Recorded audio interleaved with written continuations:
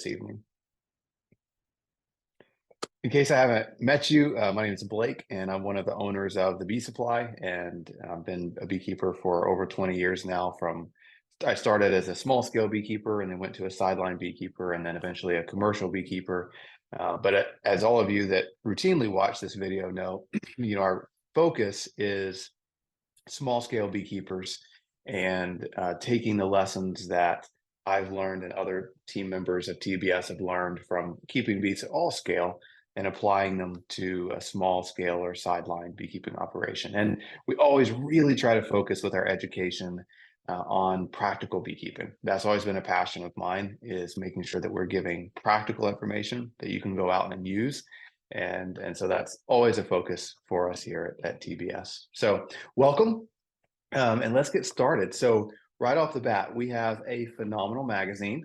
Sherry, I will turn it over to you guys, broadcasting live from the Texas Beekeepers Association conference meeting. So I'll let you take it away from here. Awesome. Can you hear me?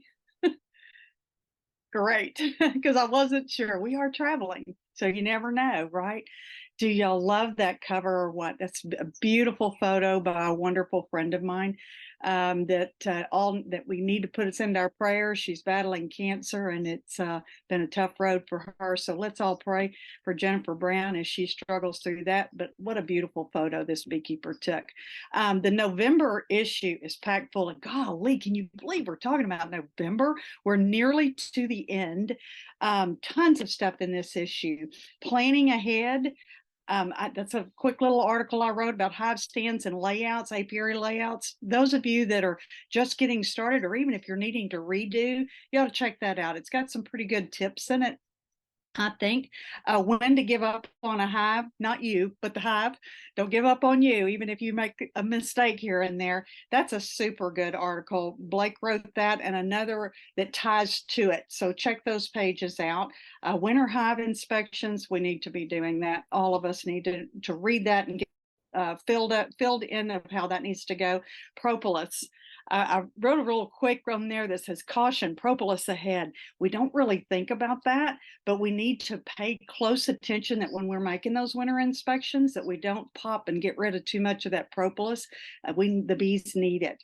All right, so let's flip me over to the other slide there, Blake. Excellent. I chose this article. So my guest expert this month was Dr. Jamie Ellis, and it's also in that issue. If you'll go in and look at that, listen to that whole video, at the tail end of it, you'll get another snippet where I talked to him about the dreaded yellow-legged hornet. This little bug is a potential problem. I don't want this article to scare you. This needs to be an education only article. I bullet pointed what I thought was things that we all as beekeepers need to be doing. If you've not heard about the yellow-legged hornet, this was found in Georgia in September. It's an insect, and you see the picture there is a yellow-legged hornet found in Georgia in September on a kind of by fluke by a beekeeper, but Europe has had them for a decade or more. And having that behind us kind of makes me feel better anyway. And I told Dr. Ellis that in our interview. But a couple of points that I wanted to point out is we are all going to have to stay on top of this. It's something that we're going to hope doesn't breach the borders of Georgia, but the odds that it are there. When you look at Varroa and how it's traveled around, we might need to pay close attention to that. But something that I thought was pretty interesting about it is it's a single queen is what overwinters, not a whole colony like our Apis mellifera does. In the late winter and early spring, the queen emerges with the ability to completely form a hive. We've always thought, gosh, wouldn't it be nice if we could just have a queen and plant her and start a whole hive? Well, yeah, but this one actually can. And from that, she can do everything a worker can do.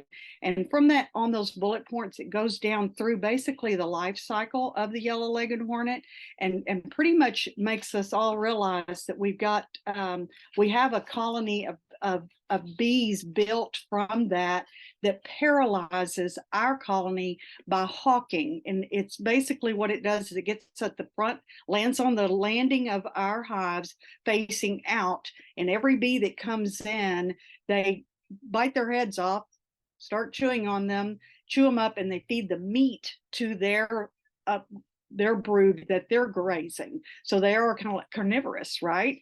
It's kind of a strange bug that we're dealing with here. So the silver lining is Europe's already been through it and have been going through it, and they're dealing with it by setting out traps. So we'll get there if we have to deal with it. We've got them on our side. So check it out. It's a good article. I think it's good. There's also some clickets in there of how to report one if you were to see it.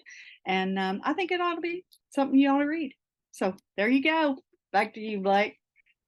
Awesome. Thank you, Sherry. And yeah, I mean, we'll certainly be keeping you guys up to date with the latest research on the yellow-legged hornet as well. I mean, that's certainly something I'm watching carefully as a beekeeper, and we'll again keep you guys up to date as we learn more about it. But this is a great proactive article where you can learn what might be coming, and we'll certainly find ways to battle it too if it continues to spread. So, and thanks again to James and Sherry for joining us, even though they're at a conference. And if you're going to the Texas Beekeepers Conference, I'll be there tomorrow, and James and Sherry will be there tomorrow as well. So a couple quick things before we jump in.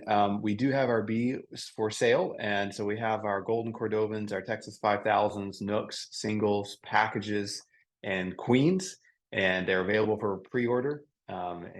Sales are super strong and going pretty quickly. So again, if you want those early dates, now's the time to book them so that they don't book up too quickly and you don't get the dates that you want. So definitely, if you're new to beekeeping, now's the time to get pre-orders in before everything books up.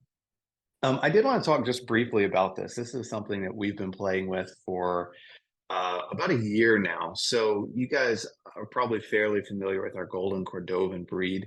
And that's a breed that's unique to us at TBS. And so we set out with the goal of breeding and selling the gentlest bee we could possibly get. So for those that wanted to keep bees in your backyard or around lots of kids or in a really urban environment. And we did. And so the golden Cordovan is an extremely gentle bee. One of the things that you often find when you're breeding bees is that as you emphasize or prioritize is a better word, as you prioritize a certain trait, you really have to breed for that trait, and it's harder to prioritize all the other traits as well. And so a common problem as you have really gentle bees is they may not be as tough when it comes to varroa mites or foul broods, or they may not just be as resilient. They can be super gentle, but not super resilient. And so we've always bred for those other traits as well. But to be honest, we accomplished our goal of gentleness, but they just weren't as tough and resilient as I wanted. And so for 2024, we're changing that breed. And so what we're doing is we're taking our super gentle golden Cordovan and we're breeding it, we're crossing it with our really tough Texas 5000 breed. And so for 2024, our golden Cordovans, we're trying to achieve kind of that best of both worlds where they're still really gentle, but they're crossed with our Texas 5000s, which will give them a lot more of that durability than they've had in the past. So you can see the picture on the left. A lot of times our golden Cordovans are really light in color, and we experimented with them this year. And you might have actually gotten some of them if you got our golden Cordovan breed. But they look a little more like the ones on the right, where they're still light-ish, but they're going to kind of have some bands on them, and some are a little bit darker in color. And so we're kind of going to that hybrid where they'll still be super gentle, but should also be a little bit tougher as well. So anyway, just kind of fun. One day we should do a video on all of that, but something fun we've been playing with. Golden Cordovan, our global pollen patties, our standard global pollen patties, our pollen patties with complete or rocket fuel are all available in stock. So definitely we'll be talking about that more later tonight, but certainly stock up on pollen patties, use them in November. And then if you have any leftover, you can put them in the freezer, and then you can put them on in January. If you are new to beekeeping and haven't taken a beginning beekeeping class, highly recommend a beginning beekeeping class. Here's a 10% off coupon if you want to take any of our virtual classes. I'm sorry, any of our in-person classes. So we have in-person classes, Austin, Dallas, Houston. And then we also have virtual classes if you want to take a beginning beekeeping class. So check that out. Okay, so before we really jump into the bee yard, I want to talk a little bit about the National Honey Board. So I was at the National Honey Board meeting this past week in Boulder, Colorado, and their website is honey.com. This is a nonprofit organization. There's about 15 of us that are on the board, and it's two honey packers, two beekeepers, or three honey packers, three beekeepers, three importers. So we've got the entire industry covered or represented there. And then the National Honey Board is a government sanctioned board that kind of promotes honey in the United States.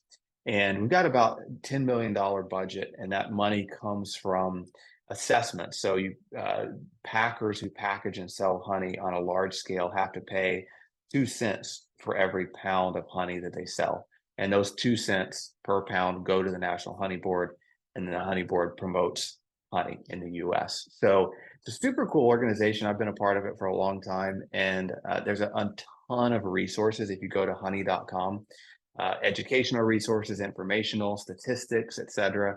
And it's always a fun meeting. The meetings are open to the public. So if you ever want to go to just a fascinating beekeeping honey industry meeting, it's a really fun one to go to. It snowed like a foot in Boulder the last day, so that was exciting. I was almost snowed in, but managed to get out.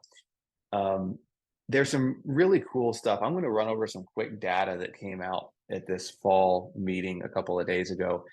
There's a ton more information where this came from, but I'm not going to read off all of this if you're worried. But if you guys want to go back and watch the recording and pause or take a picture of some of these slides, it's some really helpful information. And the Honey Board is the only organization that really does a lot of consumer studies on what consumers are interested in when it comes to honey and bees. And this cool slide here talks just about honey is still top of mind in the consumer's mind. And so they recall very positive stories about honey. They use it in a wide array of occasions. They have a huge preference for honey, and honey continues as a sweetener continues to rise above the rest. This one is so cool. So honey is the second most favorite sweetener, with 26% of shoppers rating it as their favorite, and 28% of shoppers rate white sugar as their favorite. So honey and sugar tend to flip-flop back and forth about every year. So honey is super popular when it comes to people's preferred sweetener. 58% of people report using honey multiple times a month. It's the #1 sweetener used in beverages, including tea and coffee. And then 46% of people believe honey is somewhat or good for honeybees. And that's where we have a little bit of work to do. The consumers can be confused as to whether it's a good thing or not to harvest honey. And then 2/3 of shoppers say that they're aware of the declining honeybees, which is good. That awareness is super helpful as an industry. This one's really interesting in that it shows that the reason that people buy honey or are planning to increase their honey usage. So this, if you're thinking about selling honey, this is a great chart. Oops, sorry. This is a great chart that shows what people like about honey. So, #1 is the flavor. Others believe it's healthier. It's good for my digestive system. It's natural sugar, therapeutic qualities, prefer the taste, source of vitamins. So this is a great list to look through as you're trying to market and sell your honey. This tells you what is most important to the shopper. I threw up this one just because I think it's so relevant to a lot of you as small scale or sideline beekeepers.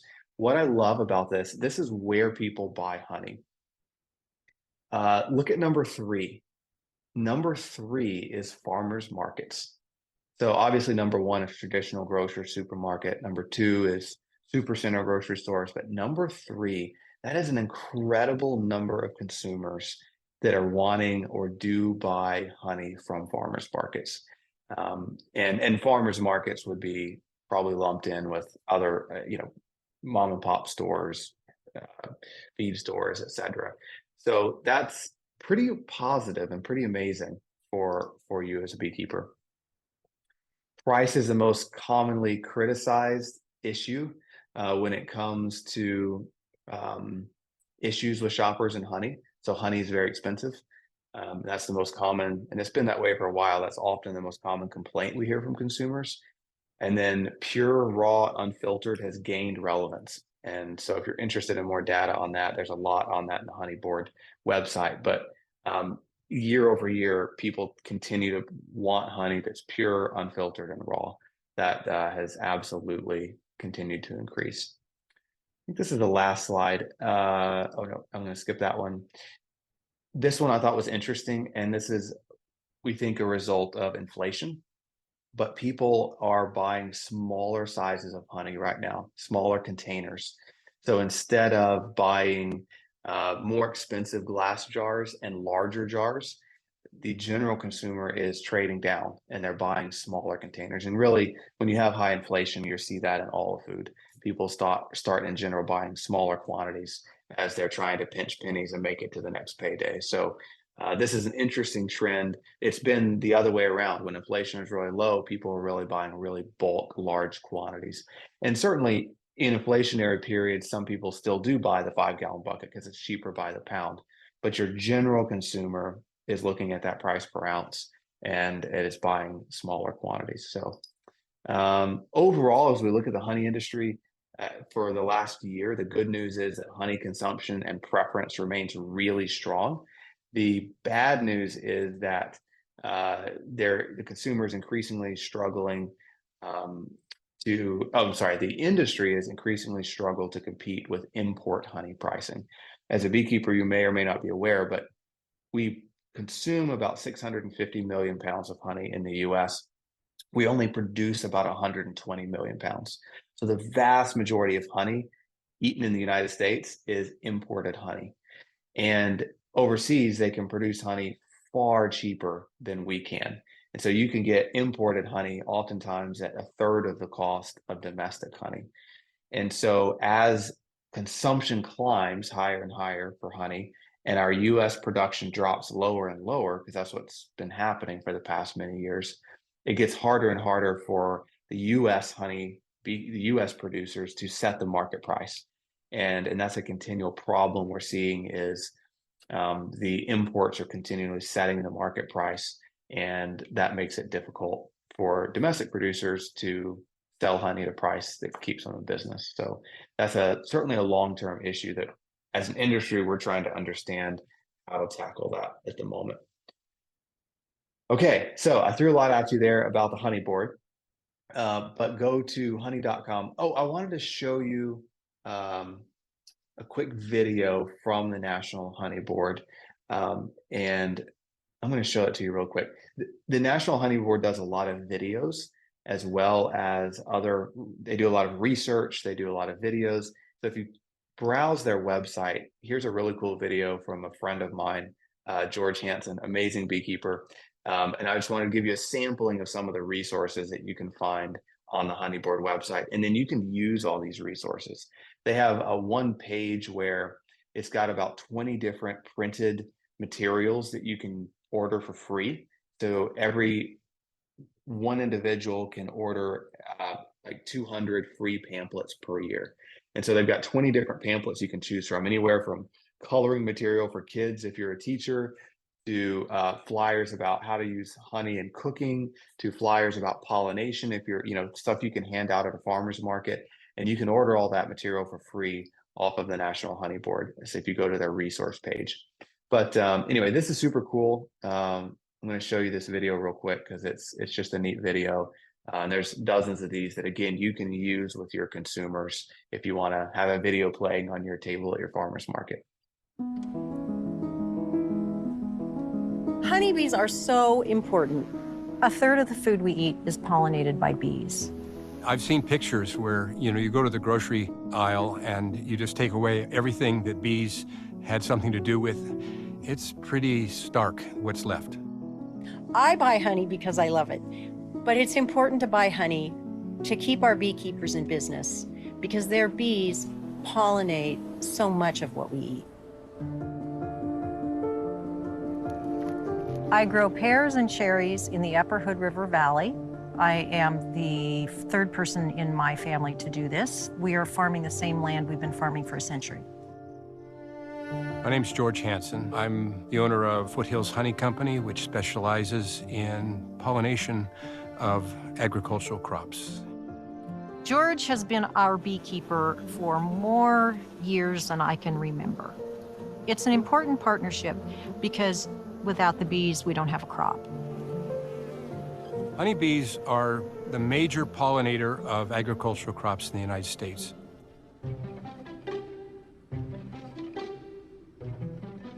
I have 150 acres of fruit, all of which needs to be pollinated within a month's period. But when you take it down to the level of the fruit itself, each piece of fruit represents a visit from a bee to a blossom. It's beautiful.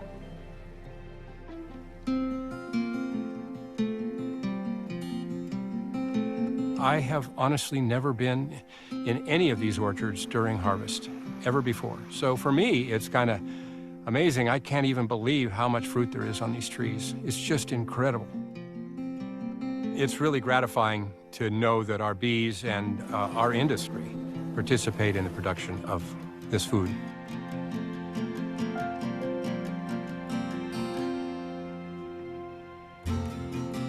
If it weren't for the fact that there was honey, there wouldn't be very many beekeepers to start with. And when you buy honey, you're helping the beekeeper who is probably providing all kinds of services to you in the environment as well as in the food that you're eating.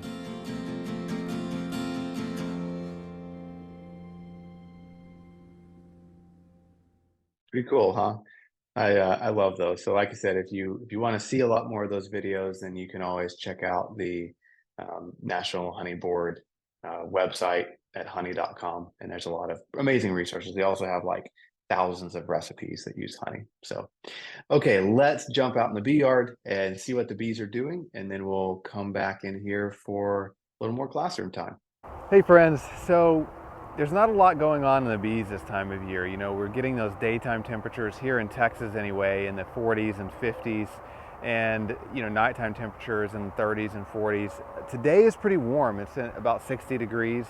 I'm a little chilly. This is the one time I don't need this ventilated bee suit. If it's like below 75, I've got a long sleeve shirt on. So I'm a little chilly out here, but the bees are happy. You may or may not be able to see them, but they're flying pretty well out here in the bee yard. They're not doing much.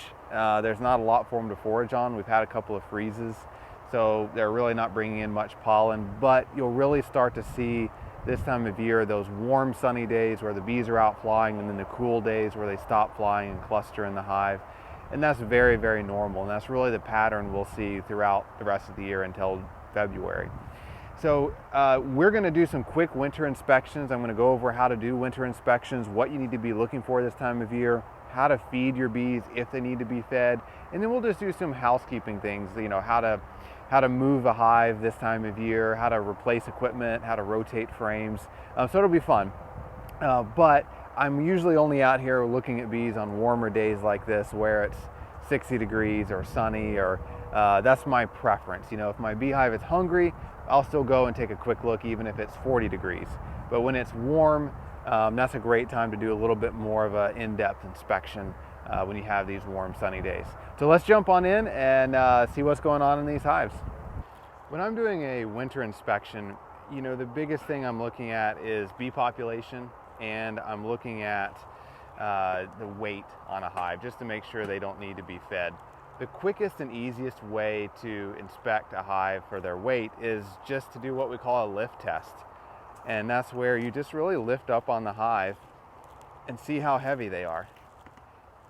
And that gives you a pretty good feel for how much food they have. You know, it doesn't have to be exact, but this hive is pretty heavy, especially if I compare it to these other hives. You know, this is, I would guess there's 80 to 100 pounds of honey in here. And that can be enough. I mean, if you come out here on a warm, sunny day, you see a lot of bee activity in front of the hive. They're flying. You lift up on it, the weight feels good. Sometimes what I do is I crack the boxes apart. So I'll just quickly crack the boxes apart and take a quick look. Obviously there's plenty of bees in there. They come boiling out. And that can be enough. And that may be the only winter check that I do over a month or so period. And if I want to go a little bit deeper, I can. You know, if it's a warm, nice day like this, then you can take the lid off, do a little bit deeper dive inspection and see what's going on inside. But again, I'm not really expecting to see brood. All I'm really looking for is bee population. I can quickly see the bee population is great on this hive. And again, you could open up a hive like this so you guys can see. I'm going to tilt it forward. You know, you can see there's lots of bees in here. You can open a hive like this quickly, you know, for a few minutes looking from the top. You know, even if it's 30 degrees and sunny, it's not going to hurt the bees if you just quickly look and then put the lid back on. You might want to put a weight on top of that lid because you don't want it blowing off. Once you've kind of broken that propolis or broken that burr comb like you saw I did when I opened this, they really had it stuck down and I kind of broke it open. That lid is much more prone to fly off in high winds. So weight that lid down if you're going to open it. You can see in this hive, I'll get the camera a little bit closer so that you can see. But you can actually see they've got all this propolis all around the edge. There we go. You can see all around the edges. They've got propolis everywhere. They've got burr comb up here that was holding that lid down. They've really kind of prepared themselves for winter very well, just to get everything sealed up and locked down. But this hive looks really healthy, and so I'm really not going to dig in to the hive because again, we've treated them for mites. I can feel that they've got plenty of weight. There's good bee population. They really don't need anything from me other than a pollen patty. I'm going to keep feeding pollen patties, you know, through the month of November for sure, just to let them continue rearing just a little bit of brood as they wrap up brood production for the year. So that's really it for an inspection. I'm going to grab a pollen patty. So here's my all-time favorite pollen patty, which is the global pollen patty. These are absolutely fantastic. And since this hive doesn't need feed, I'm not going to worry about putting a sugar brick on it. I'm not going to worry about giving them syrup. I'm just going to put that pollen patty right in between these two boxes. So I'm going to give the hive a little bit of smoke. I'm going to put this pollen patty right in the middle, just like that. Close them up. And I'll do that a couple more times in November, and I'm done. So winter inspection doesn't have to be any more complicated than that. And then I'm going to strap this lid down so that it doesn't fly off, because now I've broken all their hard-earned propolis apart. But that's it for a winter inspection. It can be pretty quick, pretty simple. So let's say you are in the middle of winter or leading up to winter, but the daytime temperatures are already in the 50s and it's really starting to cool off, and your bees need feed. Now, if you've got a deep box full of bees and you've got 40, 50 pounds of stored honey in the box above them, they don't need food. So make sure your hive needs feed before you go off and feed them. But if you've got a hive that only has 20 pounds of food or 30 pounds of food, if they're a deep box full of bees and that top box only is half full, there's a good chance they're going to need some food. And it's better going into winter to err on the side of caution and give them a little bit too much food than not enough. Because going into winter, starvation is a very real problem. And so I err on the side of a little too much food this time of year. I'm not very worried about them backfilling the brood nest or becoming honey bound, just because they're not going to be rearing brood anyway this time of year. And so I'm okay with them kind of filling up the brood nest with syrup or sugar or whatever.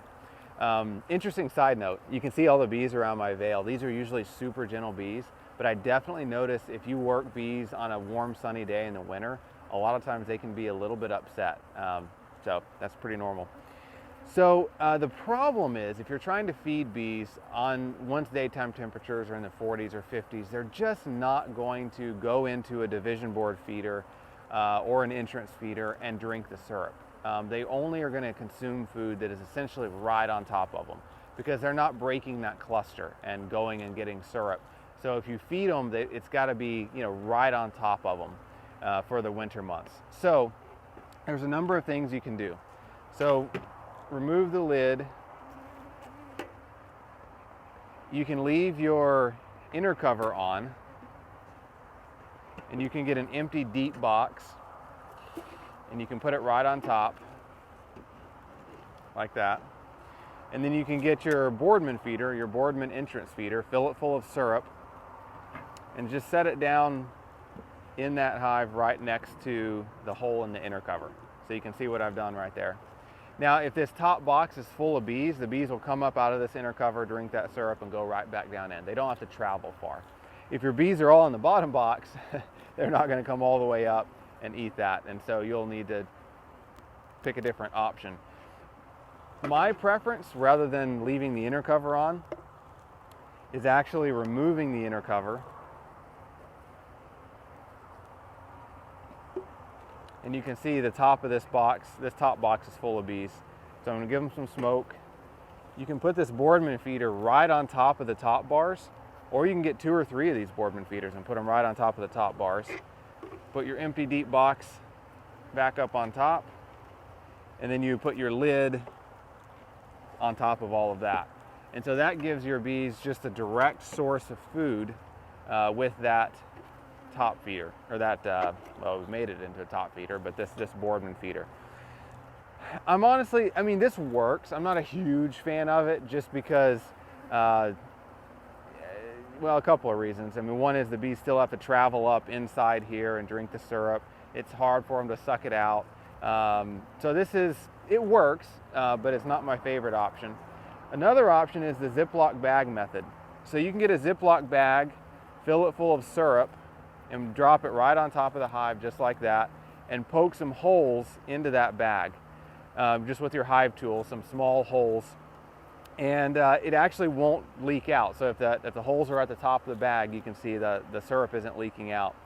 And the bees will climb up on top of that Ziploc bag and drink the syrup out as they need it. I kind of like this method because you can put 2 or 3 of these bags on top. The bees will come up, drink that syrup, pull it back down into the hive, and it's an effective way of feeding liquid food in the dead of the winter. You also don't have to put a whole deep box on top. You can use one of our internal sugar brick trays, flip it over, and put it right on top, and that gives you the space you need to put those Ziploc bags in there without having an entire deep box up on top of the hive. So that's a pretty cool method to feed a liquid syrup right up on top of the hive if you need to. Now, my other favorite method is use a sugar brick. So you guys have all seen and heard of Stan's soft sugar brick that we manufacture and make. And so these sugar bricks are fantastic. In the winter months, obviously you're gonna take it out of the bag, pull the cardboard off of it, and it'll go right up on top of the hive. And then you'll take one of our rims. In the summer months, you know, we put this brick on this mesh and then put it on top of the hive, and that helps prevent small hive beetles from building a nest up underneath that brick. But in the winter months, small hive beetles really aren't a threat. And so again, remove this from the packaging. I'm not, because I don't want to get my hands all sticky right now while I'm trying to operate the camera.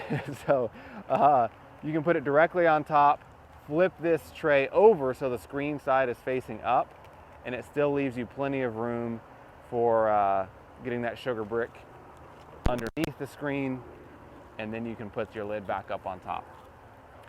I definitely recommend the sugar brick because it still has some protein in it. We put some protein in it. It has essential oils in it. The other cool thing is, as it sits on top of this hive, it also absorbs moisture because it's a dry sugar brick. And so if the hive is condensating, that condensation will get absorbed right into that sugar brick, which helps reduce the threat of any of that condensation dripping back down on the cluster, which is a big problem in especially more northern climates in the winter months. So my favorite method is using the sugar brick if you need to do winter feeding. Second favorite would be using the Ziploc bag method, and third favorite would be the Boardman feeder on top. You can also just fill the internal feeder, the division board internal feeder, you can fill that with syrup, but again, odds are the bees probably aren't going to break cluster and go down and drink it. Oh, and if your top box doesn't have a lot of bees in it and all your bees are in the bottom box, there's nothing wrong this time of year with flipping those boxes and putting the most of the bees up on top so that you can feed bees right up on top like I demonstrated. I would not do that if your top box is full of honey. If your top box is full of honey, you don't really need to feed anyway. But if your top box doesn't have a lot of honey in it, say it only has 10, 15 pounds of honey in it, and all your bees are in the bottom box, you can reverse those boxes so all your bees are up top, which allows you to go ahead and feed from the top like I showed you. Let's talk a little bit about moving beehives. Now, moving bees is never fun, and it's really never easy, but it's often really important. I usually find that I'm needing to move bees in one of three ways, or one of three reasons. One is that I want to move this hive, a couple feet or 3 or 4 feet in this direction. Just a really short move. Maybe I'm, want to redo the stand, or I want to, move them from this flower bed to that flower bed 3 or 4 feet over. Those are pretty easy. The other situation is I want to move it 100 feet away to the other side of my yard or property. That's the most complicated one. Or I want to move it to a whole new location that's, say, half a mile away. That one's easy too. If you're moving bees more than about a half of a mile, the bees are going to completely reorient to their new location, and you can just pick them up and move them. A cool day, the colder the better, whether it's 20, 30 degrees, is great to move those bees those longer distances, or even a shorter distance. If I'm just wanting to move this hive 4 or 5 feet in one direction, you can just pick it up and do that at any time. It's really not a big deal. The tricky thing is, if I want to take this hive and I want to move it 20 feet that way, those forager bees are probably going to come back to this area, not recognize their hive, and they're going to go into this hive. So bees are going to go usually to the nearest hive of their old location if their original hive isn't there. So if I move this hive, 20 feet, all the foragers are going to end up in this hive. So that gets really tricky. If I were to move both of these hives 20 feet, that's a little better, because then nobody knows where home is, and they're going to reorient. They're going to recognize that hive 20 feet away, and they're probably going to kind of drift evenly over there to those hives. So if you can use this to your advantage sometimes. If you're in the spring or summer months and I've got this hive that's really weak and this hive over here that's really strong, I can swap places with them, and then my foragers from my strong hive are going to end up going into the weak hive, and that can boost that weak hive strength. So you can use that to your advantage, just swapping hives, and that way you give a weak hive a boost to population. If you are trying to move beehives around in the winter months, it's awesome because the bees aren't flying as much. And that's really the key, is that even if it's 20 degrees outside, if this is a really strong hive and I start moving it around, bees will oftentimes come out. So you still want to suit up, close up the entrance loosely, and then get some help, lift that hive and move it to a new location. But be prepared for bees to come out. Or worst case scenario, you drop this hive, you crack the boxes apart, and then bees are really going to come out. I recommend, if you are going to move bees when it's really cold, strap that hive together really tightly so the boxes don't break apart. Because if those boxes do break apart, you drop everything, and it's 20 degrees outside, any bee that falls out of the hive is going to die. It's going to freeze. So use a strap like this one, band it all the way around the hive, strap everything together really tightly so that doesn't happen. But other than that, moving bees in the cold is great, because you aren't going to have, in general, that's an exaggeration, not 10,000 bees, but you're not going to have 100 bees come out and try to sting you when you move them. But prepare just in case something goes wrong. I don't like moving bees if it's below about 20 degrees. If it's like in the teens or below freezing, any jostling, any bees that fall down onto the bottom board inside the hive, it's too cold for them to climb back up into the cluster, and they're probably going to die. So kind of 20 to 40 degrees is your sweet spot, because at those temperatures, if it's a good strong hive, even if bees fall onto the bottom board, they'll still often crawl back up. It's warm enough that they'll crawl back up into the cluster. So 20 to 40 degrees is your sweet spot. You can move bees long distances or really short distances. If you're moving them 20 or 30 feet, ideally move all of your hives 20 or 30 feet rather than just one. If you do want to just move one and it's a really strong hive, you can oftentimes just pick it up and move it 20 or 30 feet. Yeah, the next warm day, those foragers might end up at this other hive. But again, if this is a really good, strong, healthy hive, it's not gonna cause an issue for them to lose, 3, 4, 5% of the bees to that neighboring hive. So, but overall, this is a great time of year if you need to move hives any distance.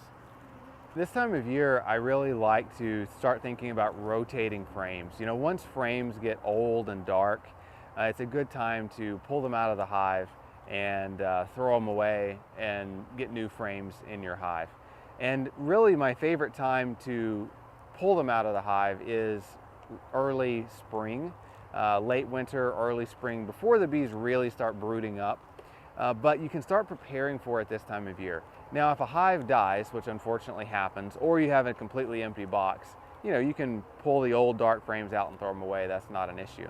The tricky thing is if you have a hive that doesn't die for 2 or 3 years, which is kind of hard to do these days, but if you do have a hive that doesn't die for 2 or 3 years, you might want to try to rotate out old frames while the hive is still living. And so what I like to do is in the late fall, early winter, kind of right where we are now, I'll go through a hive and I'll identify the old dark frames. So this hive really only has one old dark frame, and I'll show it to you.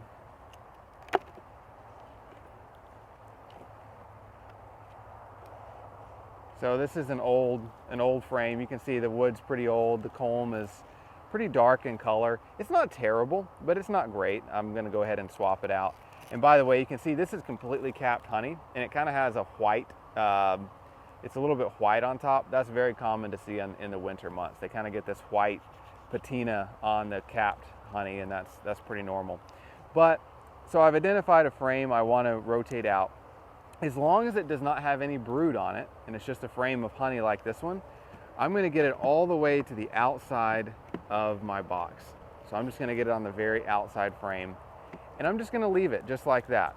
What's going to happen is if the bees need that food, it's there for them all winter. I don't want to throw away a frame full of honey because the bees might need it. So I'm going to leave it in there, and then I'm going to come back, late winter, early spring, as the bees are starting to brood up, flowers are starting to bloom, and I'm going to check on this frame. And if it's full of honey still or not, I'm going to pull out that frame. If it's full of honey, I'll set it out, let the bees rob the honey out of it, and then I'll throw it away. But that way it's on the outside edge. If it were closer into the middle, there's a good chance in the late winter, early spring, the queen is going to start laying eggs in that frame. And then I don't want to throw it away because now it has, eggs or larvae or brood all over it, or the bees have started filling that valuable early pollen in on that frame. But on the outside edge, now I've guaranteed that it's there over the winter if the bees need that honey, and I've guaranteed that I can pull it out and get rid of it in the late winter, early spring before the queen starts laying brood on it. So that's what I do. If you have 2 or 3 frames of old frames you want to get rid of, as long as they don't have brood on them, right now, shuffle them to the outside edges, and then you can pull them out and throw them away in a few months. So it's pretty simple. That's all you have to do, and you can do that in both boxes. And it's great to kind of always be rotating those old frames to the outside edge so that you can get rid of them. Usually I recommend rotating comb about every 10 years. If you buy bees in a nook or a single story hive, they're probably going to have some old frames mixed in. And so you can go ahead and start rotating those out.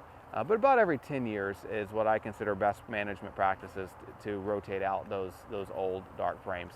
If you get a new hive or new equipment, I recommend getting a Sharpie and writing the year on the tops of the frames, and that'll help you rotate out those old frames and know what year they were brand new. So hopefully that helps and helps you get rid of some of those old frames, which can be a little more contaminated and heavy with that old wax. And this is a great method to get them rotated out if the hive doesn't die. Let's talk about what to do when you need to rotate out equipment. So this box has been really bothering me because the joint is coming undone here, and every time I come out to the bee yard, this joint is a little bit wider, and so I really want to get rid of this box or get it back to the shop, fix it, and replace it with another box. How to do that? It's pretty simple. You can do it any time of the year. Ideally, pick a day that's warm, because we're going to cause a lot of bees to fly around, and I don't want them to get trapped outside while it's still cold and die. So 60 degrees or above and sunny. Give the hive a fair amount of smoke, and then you're going to get your new box ready. So I've got a brand new deep box right here. I'm going to set it right over here. And the only key is that you want to keep the frames in the same order that they were originally in. So I'm just going to start with the outside frames, and I'm going to pick up one at a time. I'm just going to transfer them directly over into the new box in the same order they were. Once I get that first frame out, I'm going to go 2 frames at a time, and that's less disruptive on the bees, because now they don't have to get out of my way as much, so it's much less disruptive. 2 frames at a time. Keep transferring everything over in the same order. The quicker you work, the better. It's just less disturbing, or less disturbance for the bees. As I keep transferring.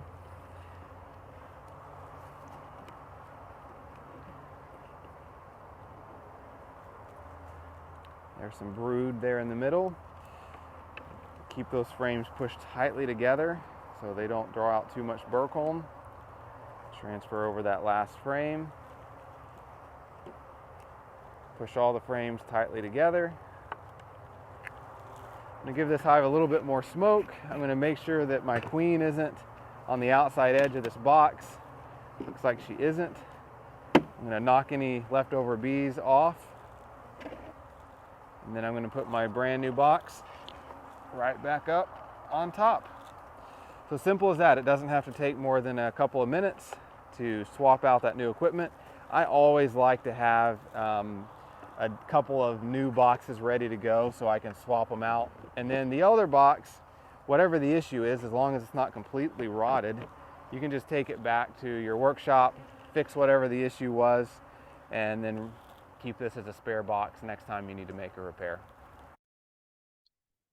So there you go, folks. That is the end of the bee yard portion. Hopefully that was a little bit helpful. I sometimes struggle with what to talk about in the bee yard, but there was lots of topics this month to go over. December is going to be interesting because it's often too cold to get out into the bee yard. So I think we're going to do some indoor stuff for once. And instead of going out to the bee yard, I think for December we'll do some indoors, some honey bottling stuff, and some other fun stuff indoors for December. Okay, so getting into our November tips, in most regions, you're not seeing a lot blooming. I mean, I know even as far south as Texas, we had some hard freezes over the past couple of weeks. And so you're really seeing a decline in fall blooms. I did see out in the bee yard, I saw a couple of bees bringing in some orange pollen, but by and large, there was not much coming in. If you're way down in Southeast Texas or right along the Gulf Coast somewhere, you'll probably still have a bit of a pollen flow, but it's not dramatic unless you're in Florida. And in most areas, our fall pollen flow is just about done. But as I was going through some of the bees today, I still saw some hives with 2 or 3 frames of good brood. And so that's why I do still like to leave those pollen patties on through November to just make sure they finish raising that final round of brood properly. And that will keep those bees hatching will be the generation that carries us through the winter. I love showing these. I think, what do they say? A weatherman is the only career you can have where you can lie all the time and not get fired. It's so true. But if we're going to predict, here's the 6 to 10 day temperature outlook. I start watching that, especially this time of year. Well, I'm kind of a weather guy, so I watch it all the time. But for a beekeeper, the weather radar is like our stock market. So when I'm watching the weather forecast, that's my stock market.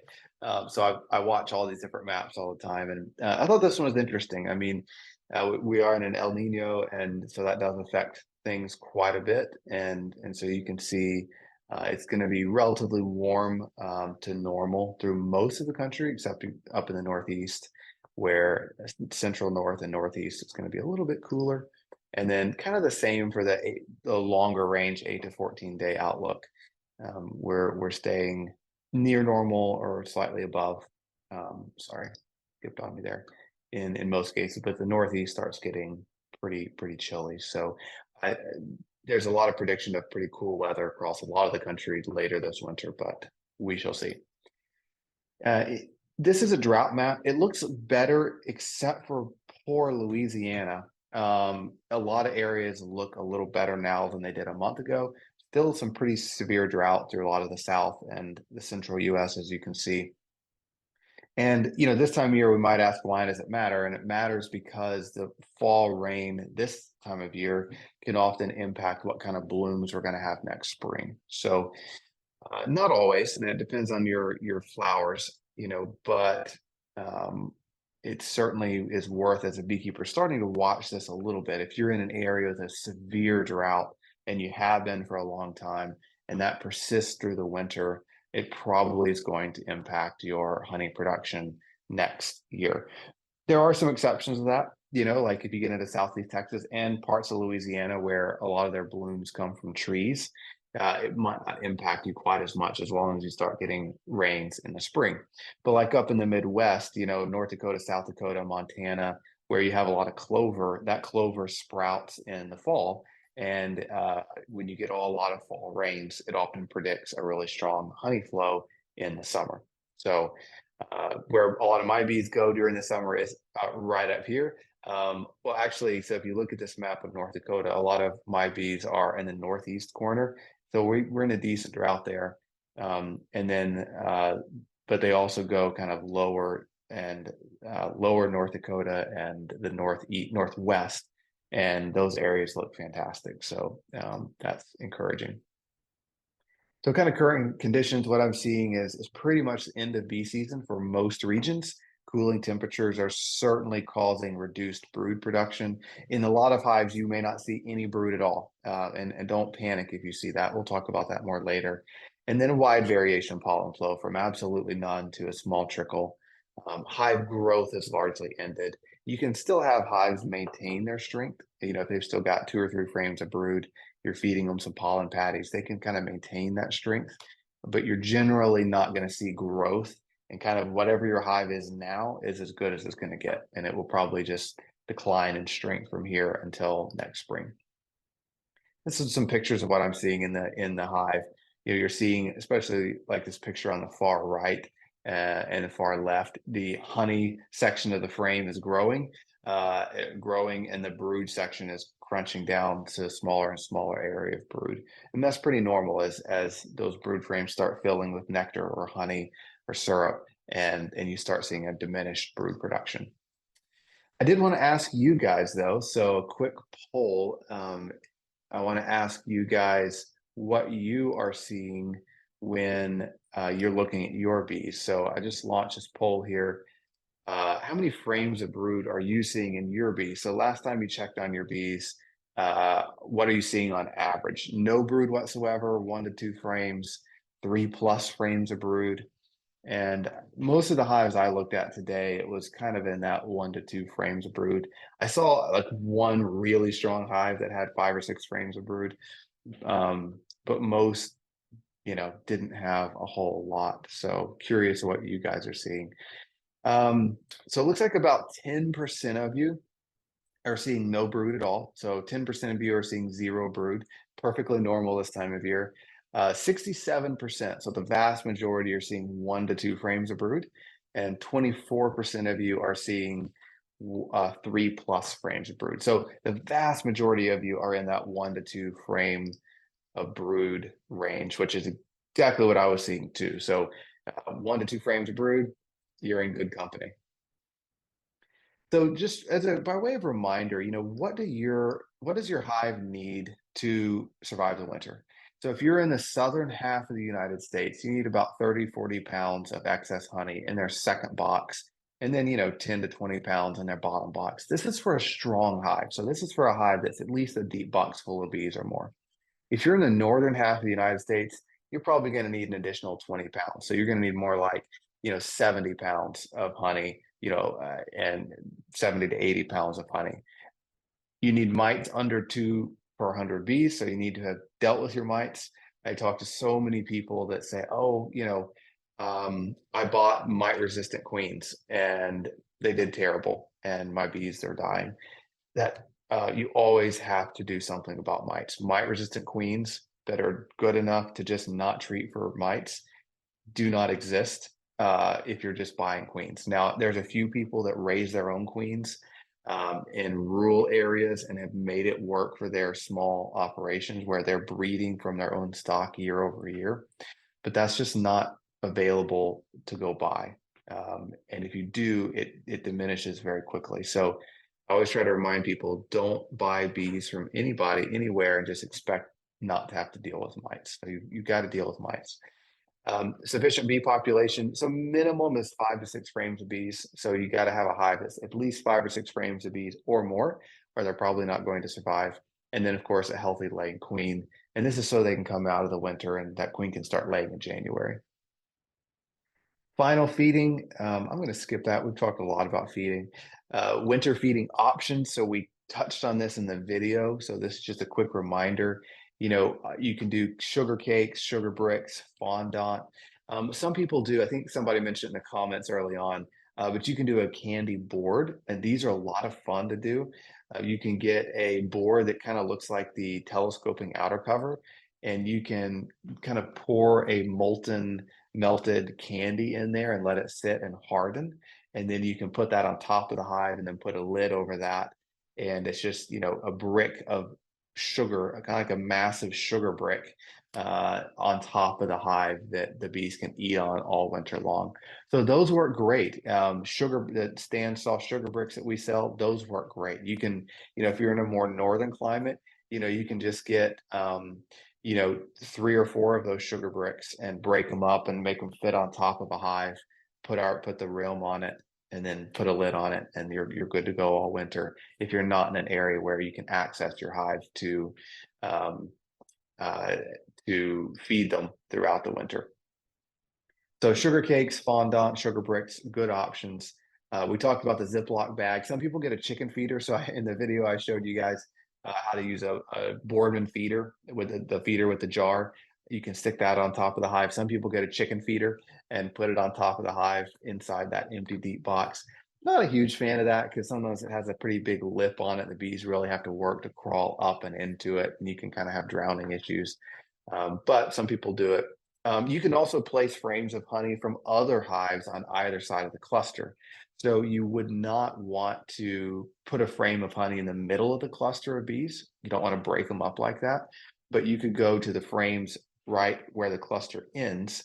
So if the cluster's on the middle 3 frames, you could pull the frames out that are empty on either side of the cluster, replace those with frames of honey. Maybe if you had a hive die, you could put those frames of honey there, and you can give them their honey, and that works as well. Pollen substitute, again, I would plan on feeding 2 to 3 pounds of pollen substitute for strong hives during November.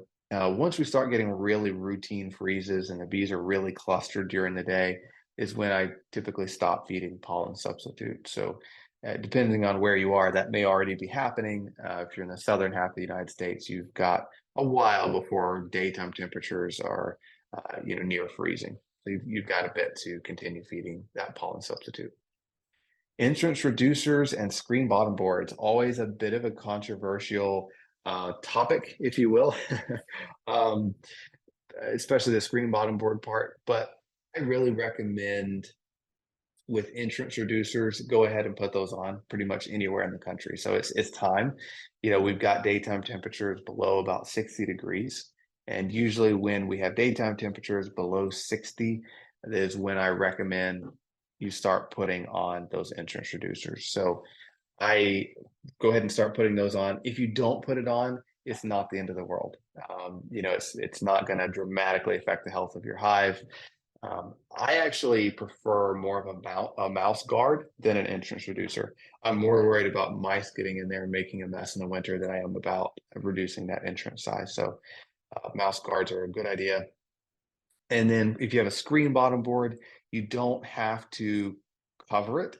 You just want to make sure that cold wind cannot blow up under the hive and chill that hive during the winter months. So you can get block off both sides of your hive stand so cold wind cannot blow up under it. And if you do that, you don't have to cover it. You can also get that insert and slide it in there if you want to cover the screen, but it's not absolutely critical. We've got a couple of videos on our YouTube channel if you want to go check those out about all the different ways to overwinter with a screen bottom board. Combining hives. This is so sad, but it happens. You know, we all have a hive that looks like this one in the picture where you've just got really this little ball of bees left and you know, they're just not going to make it through the winter. Now, last month I showed a video on how to take those bees and put them into a wooden nook box. So we sell wooden nook boxes and you can overwinter these small hives more successfully in a wooden nook box. So you could take those frames of bees out, transfer them into the wooden nook box, and it's just a smaller space. The bees stay a little bit warmer. They tend to overwinter a little better in nook boxes. That works if you've got, you know, I would say 3 or 4 solid frames of bees, then you can successfully overwinter in a nook box. If you've got under 3 frames of solid bees, you don't have to combine them with another hive. You can just leave them and see if they survive the winter, but they're probably not. You know, this picture here, that hive isn't going to make it. I mean, you can see they're not even covering an entire frame. It's 1, 2, 3. It's about 4 frames of bees, but they're only covering half of those frames. So if you were to kind of extrapolate that out across all the frames, you're really looking at about 2 frames covered in bees, and that's just not going to make it. So the best thing to do would be to combine that with another hive, and that gives them the best chance of together surviving the winter. So again, when you're looking at does it need to be combined, you're going to count all the frames of bees in all the boxes. I'm not talking about just one box. You know, look at both boxes, and it's how many frames of bees there are combined in the whole hive that determine whether or not you should combine them. So under 3 frames of bees, go ahead and combine them with another hive. As far as how to do that, it varies. What I do like to do is I do like to find the queen in the weakest hive and kill her, because might have been something wrong with her. That hive wasn't doing very well. Good chance it was because the queen wasn't great. So go ahead and kill her and combine it with a stronger hive. Now, I also make sure that I do not have a varroa mite problem. So if you didn't treat for varroa mites at all, I wouldn't combine hives, because there's a good chance if you didn't treat in any way that little bitty weak hive is dying from varroa mites. And the last thing you want to do is combine an infested hive with a stronger hive that's surviving.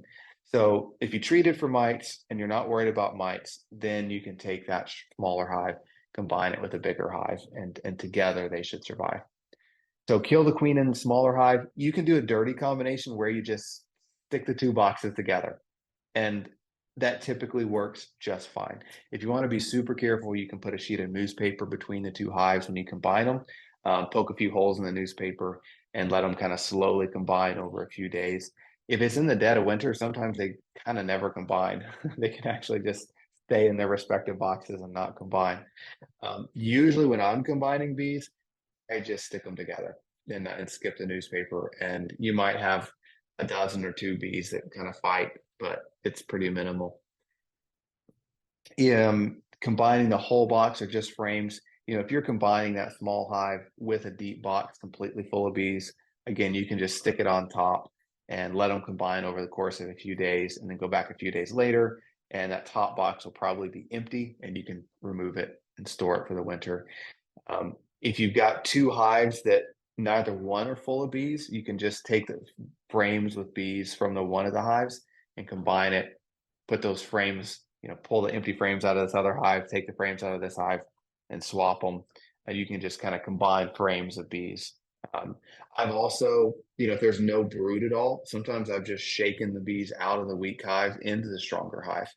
And that works as well. So it's relatively easy this time of year to combine hives without a lot of without a lot of fighting going on. So sometimes quick and easy is the ticket, and it gets the job done instead of not doing it at all. This was a couple years ago, but I was doing that in one of our bee yards, and it's so painful. I'm so bad at doing this because I am such a softy when it comes to combining hives. I'm always going through hives. I'm like, you know what? Maybe that one will pull through. Maybe that one's okay. And I'm a little too generous, and so I have to be hard on myself and go, no, you know what? The value is in the comb. A package of bees to restart next year is relatively inexpensive, or a swarm or a split. If that hive's not going to make it, combine it with another one, save the comb, and then you can use it next year to get a jump start. I mean, half the battle in beekeeping is getting that drawn comb. And once you've got that drawn comb, whether you start over with a swarm or a package or dropping a nook in it, or making a split from a strong hive that survived, that comb makes all the difference in year two. So take your losses, do the combines you need to do, and move on. Speaking of boxes, excess winter boxes. This is a common question. How many boxes should I leave on my hives and going into the winter? So here's kind of some key concepts or key rules that I live by when it comes to how many boxes should I leave on my hives. If a box is mostly full of honey and it's 25% or more full of bees, leave it. Leave it all winter. You're good. You want to make sure each hive has at least 30 to 40 pounds in second or third boxes. More honey than that is okay. I'm not usually pulling boxes full of honey off my hives unless there's just no bees in it whatsoever and it's a really weak hive. Then I will. I might take that entire box of extra honey and put it on a stronger hive, so they've got all the honey they need.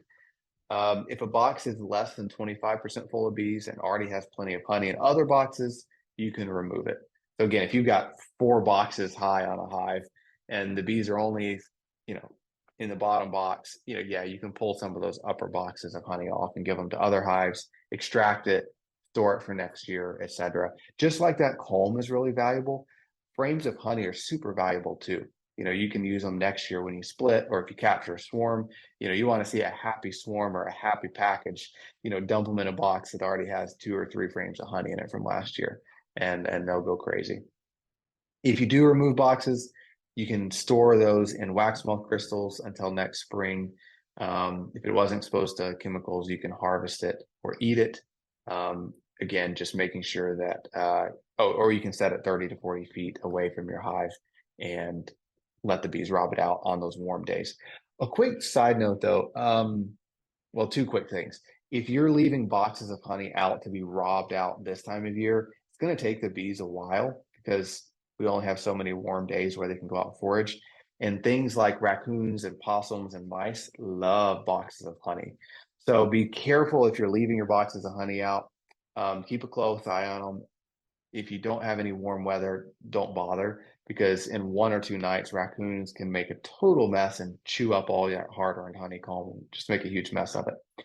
The other thing is, if you don't want to store boxes of honey in wax moth crystals, this time of year, if you're pulling boxes of comb or honey off of a hive this time of year and it doesn't already have wax moth damage, as long as you store it somewhere where it's not warm, you don't have to be treating with wax moth crystals once you have nighttime temperatures below freezing.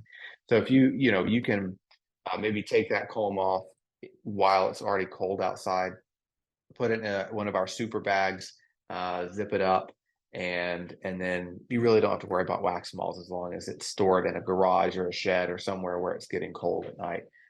Wax moths aren't a huge issue this time of year.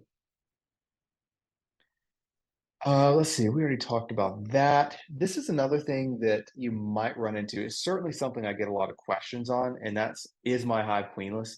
And I apologize. Instead of October, that should say November, not October. I forgot to change that. Um, so is your hive queenless in October? So here is, if you're sure that it is queenless, here's what you can do. Now, I want to caveat this with, a lot of people are concerned about their hive being queenless because they see no brood. That's normal. The queen is shutting down this time of year. What you should do is compare a hive with all your others. If you've got one hive with zero brood, no eggs, no larvae, and it's a similar strength to all the other hives in your apiary, and all your other hives have lots of brood, okay, now you're in trouble. But if you're going through your yard and like, this hive is really weak and it doesn't have any brood, they probably just shut down early. Or hey, half my bees have brood, the other half doesn't. You're probably just fine. So if all your hives have 4 frames of brood, and then this one hive, again, same strength, has no brood, yeah, it's probably queenless. So if that happens, if they're less than one deep box full of bees, just combine them with another hive. That's the best thing you can do this time of year. If they're more than one box full of bees, you can try to overwinter them as normal. And you need to be prepared early next spring, early March, late February. Give them a few frames of brood from a stronger hive to let them raise their own queen. Now, if you go this route, here's another thing I recommend. Get some vials of queen pheromone or swarm lure. We sell this as well. Get a vial of swarm lure, swarm commander, etc., and keep it in that hive. Replace it every couple of weeks, and that will help prevent the hive from becoming a drone layer. Because if a hive goes too long without a queen, the worker bees will start laying eggs. Now they won't in the dead of winter, but they might once you start coming out of winter, in the late winter, early spring. So, starting January, throw some of those vials of queen pheromone in there, and that'll suppress that urge for the worker bees to become drone layers. And then as soon as you've got a hive, they can sacrifice a frame of eggs and larvae, put it in there, and hopefully they'll raise their own queen. The other option is find a fellow beekeeper with a very small, weak hive that does have a queen and combine it with yours. Or if you do have one of those small, weak hives that does have a queen, combine it with a stronger one. Now you've got a queen right hive. So that's what you should do if you are showing up queenless. Winter inspections. I'm just going to throw this slide up. We talked about it in the video, but I like these parameters here that you can see in writing. If you're looking at your hives, try to spend less than 1 minute and don't pull frames out. If you are, about 32 degrees or below. I'm supposed to say below 32 degrees. Man, I could not type when I was preparing this, apparently. So if it's below 32 degrees, spend less than a minute, don't pull frames out. If it's 40 degrees, sunny, you can spend more than a minute. You can pull out a frame or two, just spend a couple minutes looking. If it's 50 degrees, sunny and above, you can pull out several frames, do a more intense inspection. Here's the other parameter I really recommend. If it's do an inspection during the heat of the day, even if it's 30 degrees, do it during the heat of the day when it's sunny. This gives the hive time to recluster. Any bees that fell out can make their way back into the hive. And instead of doing an inspection right before sunset, when any bees that fall out aren't going to find their way back into the hive, they're going to die overnight. Keep in mind, it's always better to look than not. So I know people get worried when it's cold. If you're worried about your hive or you haven't done an inspection for a while, it's better to crack that lid, lift that box, make sure they have food, give them another sugar brick. That's so important. It's not that damaging for bees to take a quick look when it's chilly outside. Just doesn't. They're just going to recluster. It's not a big deal. This picture, I've got to explain it since I threw it up there. This was several years ago in March. We were splitting bees in the early spring. We had a bunch of queens coming, so we had to make splits, but the weather was terrible. It was like upper 30s, raining, terrible conditions to make splits. And so we had this idea where we took this tent with a little propane heater inside of it, and we blasted this propane heat. We would do this split on one pallet of bees, and then when we finished, we would pick up the whole tent, move it over another pallet of bees, and make a split. It actually worked really well. It was like 60 degrees inside that little tent with that propane torch blasting. And then any of the bees that flew out, as you can see, were clustering on that tent. And so whenever we did a split and found a hive that needed some more bees, we would just go scoop up a bucket of bees off the tent and dump them in that weaker hive. Actually worked out pretty well. It was a really cozy way to do some splits. It was nice as a beekeeper because we actually stayed pretty warm. So how often and when to inspect this time of year? You know, I would say on average 2 times per month, November through January. November, you're going to be adding pollen substitute, checking cluster size, feed if needed, maybe combining. Not much happens December and most of January. If you're in a northern climate, not much is going to happen in February either. Sometime late in March, you'll start taking some action. But, those inspections, November, December, January, are really quick. It's checking on food, giving them some more food, seeing maybe if you need to combine. That's about it. It's 1 to 2 minute inspections until January. You know your hives. So if you've got a hive you're worried about, hey, I've got that one hive out there that's really light. It doesn't have enough food. You might need to go give them a little bit of food once a week through the month of November. But November is kind of your very last time to do your final housekeeping, giving them, making sure they're stocked up with food, giving them pollen patties, doing combines. December, it's just too cold. And let's face it, all we want to do is sit inside and eat cookies and think about Christmas. So, no, December is just not a very fun time for bees. Now, December is super cool when it comes to melting wax and making soaps and lip balms and bottling honey and giving it away for presents. And we'll be talking about a lot of that in our December webinar where, hey, what can we do with all this honey and all these products that we have that are left over? In the few minutes we have left, just some slides on common things that I hear about this time of year. My hive died, what happened and why. The combs in your dead hive are great, give you a lot of clues as to why the hive died. A lot of you take pictures of what's going on in your hive and text them to us at TBS. Keep doing that. If you have a hive that died, pull some of the frames out of the very center of the hive, take some pictures, text it to us, and we're happy to help diagnose, give it our best guess why that hive died. A picture's worth 1,000 words. So if you have questions for us, take pictures, send it to us, and we'll help you diagnose what's going on or what happened. But when I see frames like this, with a little bit of brood in the middle, cat brood, that gives me a clue that the hive probably didn't die from being queenless. If I don't see any honey stored, it could have starved. So that's always a possibility. The other possibility is that it died and that honey got robbed out. So that's a possibility. In general, I would blame this hive's death on probably varroa mites, assuming I was confident they didn't starve to death. So this particular hive, I knew they didn't starve to death. The honey just got robbed out. And so when I see some brood, not a lot, but some cat brood left over, and the bees are all gone and it's dead, I usually blame that on varroa mites because it wasn't queenless. I don't see any evidence of brood disease. You can see some of these cells, the bees were starting to uncap that brood, probably hygienic behavior, trying to get rid of it because it was infested with mites. You don't usually see a lot of brood disease in this time of year. So this hive probably died from varroa mite infestation. If you see this, if any of you can guess, I wish I could unmute you guys, but I don't think I can on a webinar. But if you guess what's wrong with this picture, if you want to put it in the chat, I'm curious if you guys can see what's wrong with this frame. So put some answers in the chat, and let's see if you guys can guess. You've got lots of bees, you've got lots of brood, but what's up with? Yeah, you guys are way too experienced to beekeepers. Everybody's guessing it instantly. You've got drone brood. So if you look carefully, you've got no, you might have a little bit of worker bee brood in the center here, but you pretty much got all drone brood.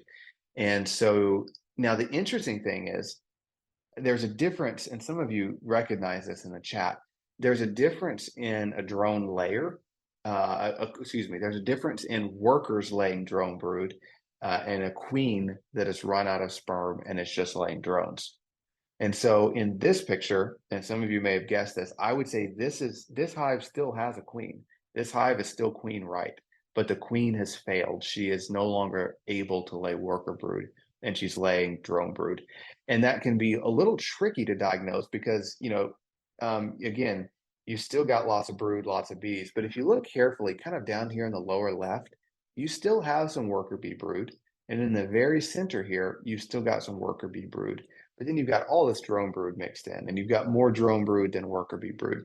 And when you see entire frames full of drone brood like this, it's an indicator that it's a queen laying. Usually if it's a laying worker, sometimes you'll see a very prolific laying worker, or there's always more than one. There's usually dozens, but it's usually not as compact as this, and it's not this much. So laying workers, usually you're going to see a dozen eggs in each cell. You're going to see very shotgun patterns scattered all over the place. If it's a drone laying queen, you're going to have a little more of a compact pattern like you see here. You may still see a little bit of worker bee brood mixed in, and you're still only going to see like one egg per cell. So if it's a queen that's failed, you can just kill that queen and replace her, and your work is done. If it's worker bees laying, that's when it's better to just shake the bees out, store everything, and start over next year, because it's extremely difficult to salvage a hive that's full of a couple dozen laying workers. If you can put a new queen in, odds are they're just going to kill her.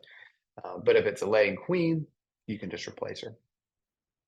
I'm going to skip that. Well, I'll give you the answer. I'll let you guys answer. So what in the chat, what's wrong with this hive? What's going on here with this hive? What are all those little white things on the bottom board? Any guesses in the chat box? I'm not going to spend a lot of time talking about it because this is really a springtime thing. Steve got it, and Christy got it. It's chalk brood. So these are chalk brood mummies, and this is usually what we see in the spring. You don't really see it in the fall much, but these mummies are actually kind of hard, and so if you were to pick one up, they would be not super hard, but they'd be way harder than a larva should be, and they're going to be kind of dried and mummified. And usually you see it in the frames, and you see it on the bottom board, and it's chalk brood. Usually once the spring warms up and it becomes warmer in the summer, chalk brood goes away. Bananas, believe it or not, tend to help with chalk brood. Essential oils can help a little bit. Microbials can help a little bit. There's a number of things that can help with chalk brood, but and let's see, I'm going to skip that one. I'm going to skip a few of these. I wanted to touch on this one really quick. Oops, sorry, because it was a little more relevant to this time of year. This is a video, but it's not playing for me. So this is actually a barrel of honey, but picture it the bucket or something. And this video is me stirring this barrel, and it's like water thin. It's this crazy thin honey. It's really high moisture honey. And so you might see that some as you've harvested honey, you've got it in a bucket. This time of year, sometimes that honey will start getting a little tangy. It'll taste a little fermented, and you're like, what's wrong with my honey here? And it's often that the moisture is too high and it's starting to ferment. And the best thing you can do is dry it. And there's a number of ways you can do that. I think, Sherry, I know there are some articles in the magazine about how to dry honey. I don't remember what issue. If you remember, feel free to chime in. But there's a number of different ways you can dry your honey out if it's starting to get that tangy taste. One, you can always freeze it. You can just stick it in the freezer, and that'll halt the fermentation. Probably in August issue, Blake. August issue. Okay, thank you, Sherry. So yeah, if you have this problem, go check out the August issue. But I found two simplest ways to get that moisture out is if it's in a 5-gallon bucket, If you have a way that you liquefy honey, so if you've got an ice chest or an old refrigerator with a light bulb in it to heat and liquefy honey, put that 5-gallon bucket of honey in that hot box, take the lid off, put it up to about 120 degrees, and leave it in there for 3 or 4 days. Stir it a couple times a day, and that'll start sucking that moisture out of it. You can go the opposite route. If you've got a room, you can chill. If you can get a room that's really chilled with air conditioning, it can also suck that moisture out. So if you've got the air conditioning cranked down, or if your house is really low in humidity, you can just leave the lid off of that bucket, put a screen over it to keep it clean, and stir it a couple times a day, and it tends to suck the moisture out of it over time as well. So probably not tomorrow, because I'm speaking at the Texas Beekeepers Conference tomorrow, but Saturday or Monday, you guys will all get a follow-up email with recordings, links to the magazine, links to the recording, products we talked about, all that good stuff will come via email. And with that, we will see you in December. Can't believe it's December, but we're going to be talking about some really fun stuff with honey and wax, etc. in December. And have a wonderful Thanksgiving. We won't see you guys till then, so have a great Thanksgiving. And we can't wait to see you in December. So have a great fall, guys. See you later.